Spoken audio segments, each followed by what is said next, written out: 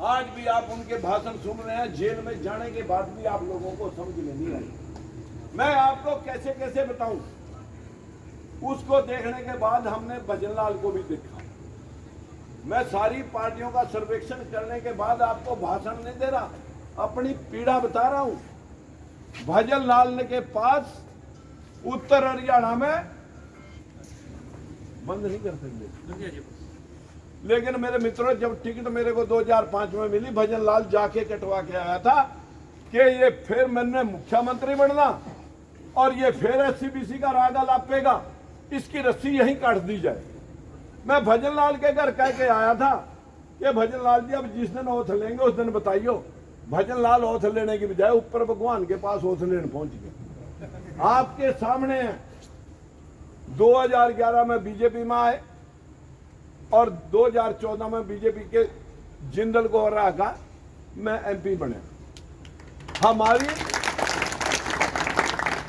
हमारी सारी जमात बड़ी आशाएं लेकर के बैठी हुई थी और मेरे मित्रों ये दलित और पिछड़े के आशाएं बहुत थी, लेकिन भूपेंद्र सिंह हुड्डा ने 2009 में झूठे कागज जेएनयू से बनवा करके अपने लोगों को बैकवर्ड के हिस्से में मिला दिया और बैकवर्ड के हिस्से की नौकरियां हजारों हजार 9 स्टेटों के अंदर जाट रिजर्वेशन के माध्यम से। लेकिन बदकिस्मती देखिए, झूठे कागजों को हमने 6 साल में खारिज करवाया सुप्रीम कोर्ट से। सुप्रीम कोर्ट से जाट आरक्षण जैसे ही हटा, 500-400 लोगों ने बीजेपी डरा दी कि हम तुम्हारी सरकार उड़ा देंगे और देश में आग लगा देंगे अगर आरक्षण हटा दिया। और बीजेपी झूठे लारे लगी लाड़े उनको भाई नहीं टान दी। 4 महीने उन्होंने बाढ़ देख करके सारे हरियाणा में 2016 में जो होया वो तुमने भी देखा। आप लोगों को ये मालूम होना चाहिए, बहन बेटियों से रेप हुए, 17 लोग मौत के घाट उतरे, सारी सड़कें जाम, जीटी रोड जाम, कत्लेआम, बड़े बड़े पेट्रोल पंप लेकर के बड़े बड़े शोरूमों को जलाते जा रहे, हाथ में लंबू ले रहे, हाथ में मसाल ले रहे, जलती हुई आग लगाते जा रहे। पेट्रोल पंप दुकान में फेंके, आग लगाएं और दुकान में फेंक दें। आपके सामने शोर मचाते जा रहे। सारा हरियाणा राजकुमार सैनी ने जला दिया, सारा हरियाणा राजकुमार सैनी ने जला दिया।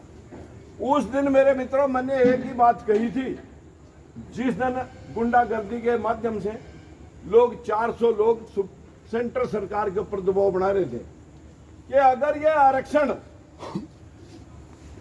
आरक्षण 100% कर दें, ब्राह्मण को भी, पंजाबी को भी, बनिए को भी, राजपूत को भी और चौधरियों को भी जनसंख्या अनुपात में जिसका जो हिस्सा बैठता है, ये आरक्षण 100% करना अनिवार्य है ताकि मुख्यमंत्री या प्रधानमंत्री किसी भी जात का बढ़े दूसरी जाति के हिस्से को छीन ना सके। अगर किसी का हिस्सा 1% का तो 1 मिले, 10 है तो 10 मिले और 10 से ऊपर कोई भी जाति हरियाणा प्रांत के अंदर तो नहीं है। जाओ आप जनसंख्या विभाग जहां जनगणना होती है वहां जाकर के स्टैटिस्टिकल डिपार्टमेंट में देख सकते हैं। अगर कोई साबित कर दे कि मेरी जाति की जनसंख्या 20 या 25 या 30% है, जो लोग बताते हैं, करोड़ 10 करोड़ की शर्त मैं टीवी चैनलों के सामने बोल रहा हूं, मेरे से शर्त लगाए और साबित करे कि अगर कोई 10% को क्रॉस करता है तो मैं राजनीति छोड़ दूंगा। मेरे भाइयों, जो 75% लोग हैं, जनगणना इसलिए डिस्क्लोज नहीं की जाती कि इन लोगों को पता ना लगे आखिर हमारी संख्या कितनी है। बदकिस्मती के साथ कहना पड़ रहा है। अगर एक यहां पर वो सीढ़ी चली है, दोबारा ये बंदा भी निकलवा दिया और ये दोबारा तस्वीर आपके सामने नहीं आ सकती। इतना कुछ होने के बावजूद भी बैकवर्ड समाज, सारी 40 यूनिवर्सिटियां, 40 यूनिवर्सिटियों में प्रोफेसर, एसोसिएट प्रोफेसर 0। और अगर हाई कोर्ट है हमारे देश के अंदर और एक सुप्रीम कोर्ट है, सारे हाई कोर्ट और सुप्रीम कोर्ट को मिला करके 18 जज शेड्यूल कास्ट के हैं, बैकवर्ड का एक भी नहीं। हाई कोर्ट और सुप्रीम कोर्ट में, जहां से आखिर में न्याय मिलता है। हमारे देश से 300 के करीब राजदूत बाहरले देशों में जाते हैं। आपका एक भी राजदूत, जहां बच्चों को नौकरियां पर एडजस्टमेंट करवा देते हैं लोग, आपका कोई राजदूत नहीं है। और तो और बैकवर्ड समाज की 90% वोट मोदी ने, भाई नीचा झुक का कोई फायदा नहीं है, इसने मोबाइल में बंद कर दिया। मेरी हाथ जोड़ का विनती है, आज मुझे सारा थीम का ट्रक पकड़ा गया तो छुड़वा देंगे, कोई बात नहीं। मेरी आपसे हाथ जोड़ का इंपॉर्टेंट बात मैं आपको सामने कह रहा हूं, अगर आपको पता होगा तो 10 लोगों को आप बता देंगे।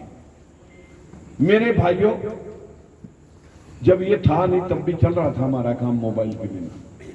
हाथ जोड़ के इतनी हाथ आपसे हाथ बंदगी कर रहा हूं कि एक एक बात आपकी जानकारी का विषय है।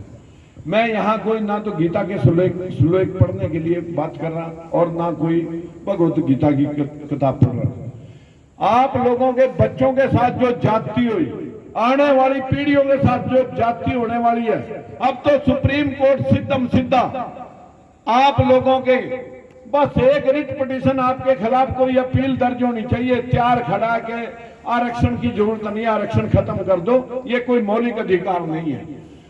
प्राइवेटाइजेशन करेंगे, उसमें आप बैठे बिठाए, आप लोगों को तो दिहाड़ी मजदूरी करनी है, आपका शोषण ऊपर से बड़े लोग अपने आप करते रहेंगे। अरे मिनिस्ट्री तुम्हारी नहीं,